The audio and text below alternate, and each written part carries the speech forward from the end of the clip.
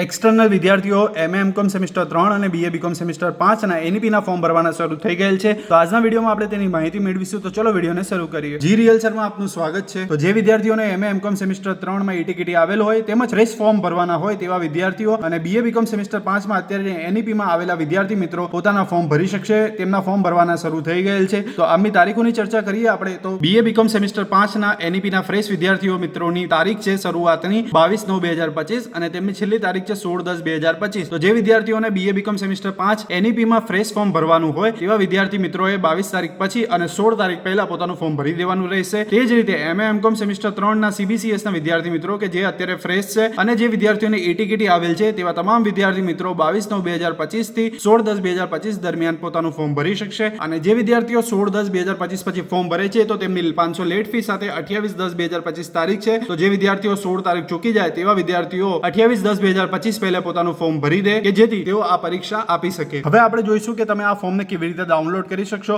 તો તેના માટે તમે ગૂગલ પર જાઓ અને ગૂગલ પર જઈને સર્ચ કરો realsir.in અને આ વેબસાઇટને ઓપન કરો.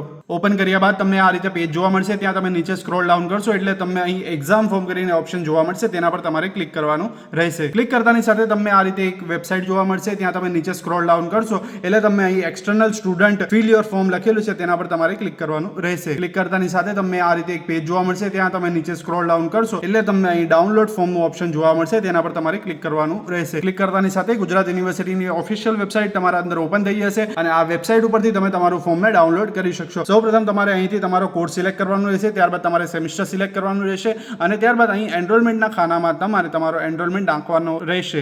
એનરોલમેન્ટ નંબર તમારી છેલ્લી માર્કશીટમાં મળી રહેશે અથવા તમે તમારી કોઈપણ સેમિસ્ટરની માર્કશીટ જોશો તો ત્યાંથી તમને એનરોલમેન્ટ નંબર મળી રહેશે.